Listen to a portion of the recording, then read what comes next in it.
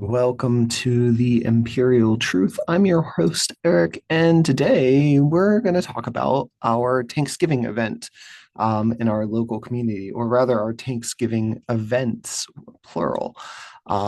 So this is just a kind of an easier video for the Thanksgiving holiday week and an opportunity for me to brag on our local community, who's truly really great and I'm very grateful for.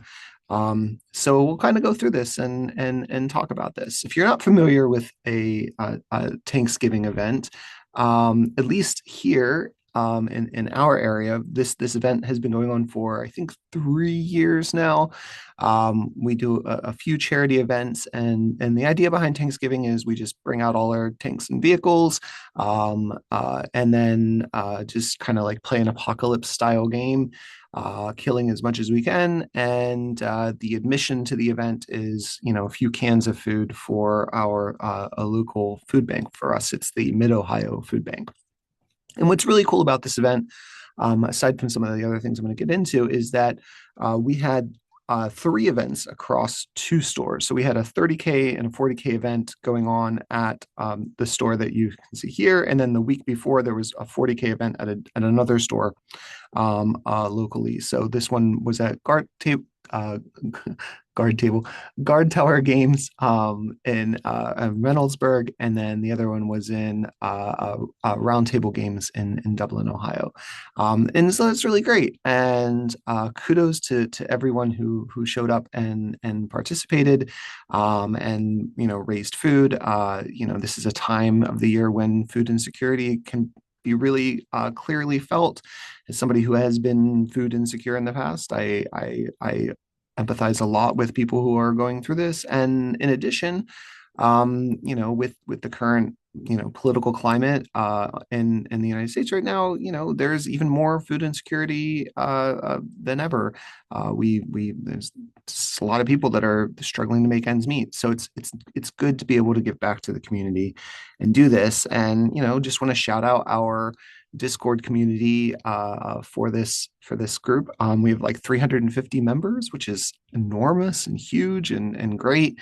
And it's really great to be able to have events like this. Um, I'll kind of go through a little bit of the rules, and then we'll talk a little bit about the organizers and different people that were there, and I'll shout out people, and I'll put just links in the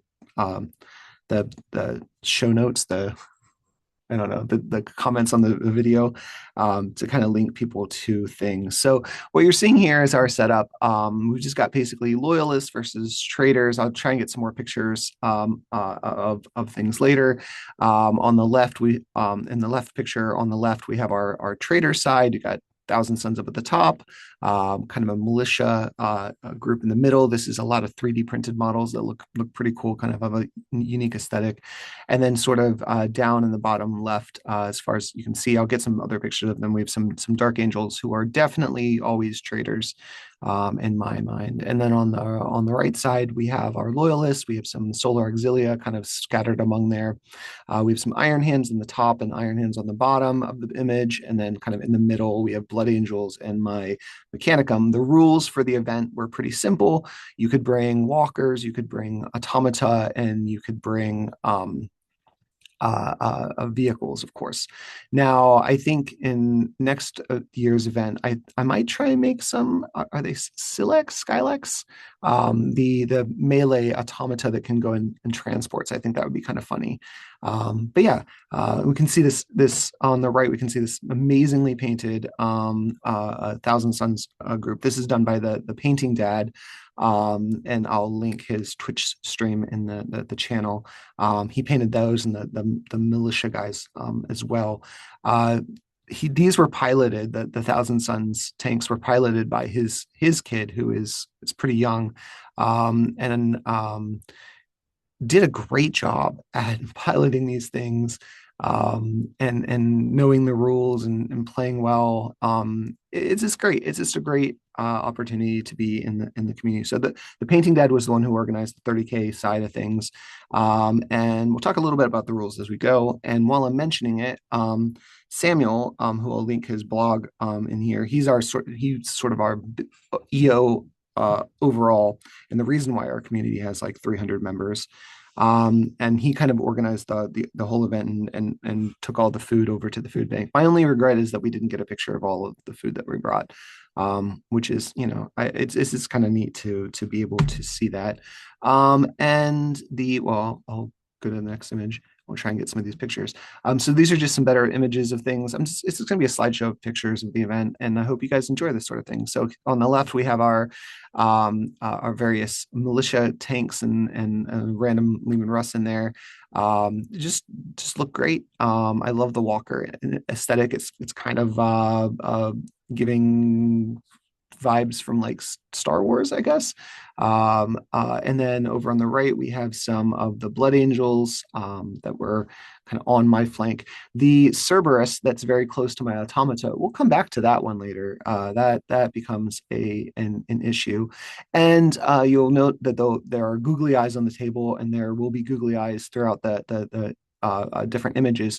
You get a googly eye when you kill an enemy vehicle or enemy model. Or sorry, enemy unit, I think is the terminology that we used. And then if you kill something with googly eyes on it, you get those googly eyes. So yeah, it was, and then there were awards at the end for different things that happened. I'll try and remember which ones there were. I should have gotten images of the prizes too. I will next event I will bring a better camera and do a better job at sort of documenting this stuff for you guys.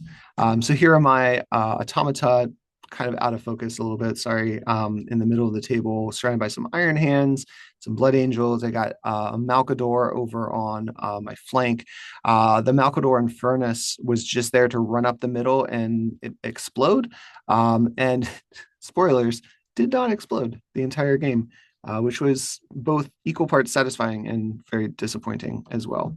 And then just some more images of some of the really beautifully painted Solar Ox guys. This is by someone who has a YouTube channel called Clockwork Frameworks, where they do like a dev bio or dev blog for their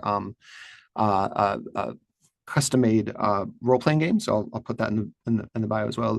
Good friends with them. And then we have another one of the Painting Dad's models, this Contemptor Dreadnought, kind of marching up the middle and trying to do this. Like I said, next time I'll have better camera with better images. I'm sorry, I just didn't think about doing a video on this. But then when I was at the event, Samuel, we were talking in between, and he was like, "You should do more like your army and army showcases and things like that." So we're gonna try and do a better job of that in the future. And then these are the Dark Angels that were apparently Trader Dark Angels in this event. So we can see that there's a lot of armor on the board, and yeah, by the end of the game, there's really not. Yeah, so the idea behind an event like this is it's just purely there for fun. We're just there to get together and roll dice and have fun and eat some pizza and chat and raise money for a good cause. A little bit later in the year, we'll have another one. Roundtable Games will probably run their Toys for Tots event, which is very similar in focus, but we'll just bring toys for Toys for Tots and raise some more stuff. And that's been an event that's been going on longer than I've been participating in it, at least 10 years at two different stores. And it's just good to see the community give back. So the rules for this were pretty simple. We had you could bring 3,000 points of vehicles, walkers, and automata. I don't have, well, I mean, I do have more points of vehicles, but one of the problems that Mechanicum runs into is we just don't have anything that pierces armor 14, not consistently. And our vehicles just don't do a lot, right? Like if you think about what we could bring, I have two Krios. I could run them as Venators or the Krios battle tanks, or is that what it's called? Yeah, I think so. And none of the guns, I mean, the Venator's gun is a strength 9, so you're glancing armor 14 on a 5. It's just unlikely to really do much in a game like this. And mine weren't painted, and I'm really trying to play fully painted going forward. And then yeah, the Kragnos just can't do anything against enemy vehicles. And then my two Triaros, the transports, again can't really do a whole lot. I guess I could have put Venators out there with double hunter killers, and that would have done something, maybe potentially. But we're gonna find out it doesn't matter in the end with this stuff. So here's some better images of some of the stuff. We got some automata here marching up the board. These were my uh, uh, uh, Castellax Battle Maniple. The idea here was just to run these guys up the board and hopefully get into melee with something. Spoilers, I did get into melee with something, but they killed like one unit the whole game. And then we've got this Dark Angels Dreadnought running across the board. Everything that was trying to melee basically got shot off the table right away. We can see my Thanatar in the back with the plasma mortar. That the plasma mortar really doesn't do anything, and neither does the Mauler bolt cannon. And so I just kind of ran that guy up too to try and melee something with the big shock chargers, which could have done something if they had gotten there, but that got shot off the table on turn one. So a lot of stuff gets removed pretty quickly in these events. The rules we use, if you're curious on how we sort of play our quote unquote apocalypse games, is really simple. Basically, everybody moves simultaneously. There are no reactions. It just makes the game go a little bit faster. And then when we do shooting, it's just alternating shooting. One side shoots everything, the other side shoots everything. And then we kind of alternate. So the first turn, the loyalist shot first, the second turn, the traitor shot first. And then at the end of the shooting phase, all the casualties get removed. So you kind of know unit by unit who's getting shot and who's gonna be around or not be around. It's a little abstracted, but it makes the game go fast. We played, I don't know how many thousands of points, probably 10, 12,000 points were on the board per side. And we started at 11 and we're done by like 1:30. It was really quick. And it's just a fun way to play. It's no pressure. You're not nobody's going for like wins or anything.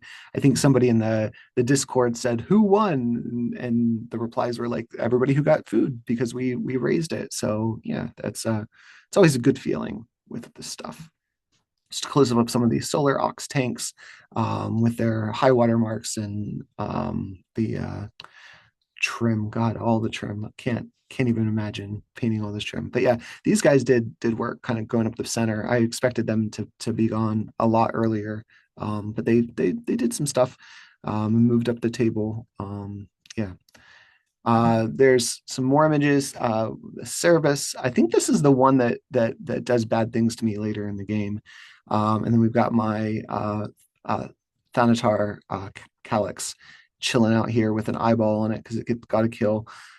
Did not do nearly as much over the course of the event as I was hoping. I went through 2 turns of shooting where I shot at a target and did nothing. First time I missed both times, and the second time I missed once, hit once, and failed to penetrate armor, which was sad. But it happens. You have games like that. Yeah. So what we had lots of awards with this event, and there were they were least effective tank was one of them. And I'll try and remember who won what. Then there was the most kills, the most eyeballs on your guy by the end. And both there are 2 fell blades on the table. You can see one in the back of this image, which is the Iron Hands fell blade, and then there was the Thousand Suns fell blade, and they were on opposite sides of the table from each other, and they kind of were like moving towards each other through the course of the game. And I think at the end of the game, the Iron Hands fell blade killed the Thousand Suns fell blade, so stole all the eyeballs from it.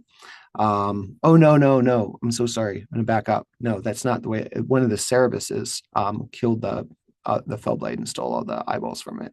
But the two fell blades just were wreaking havoc the whole game.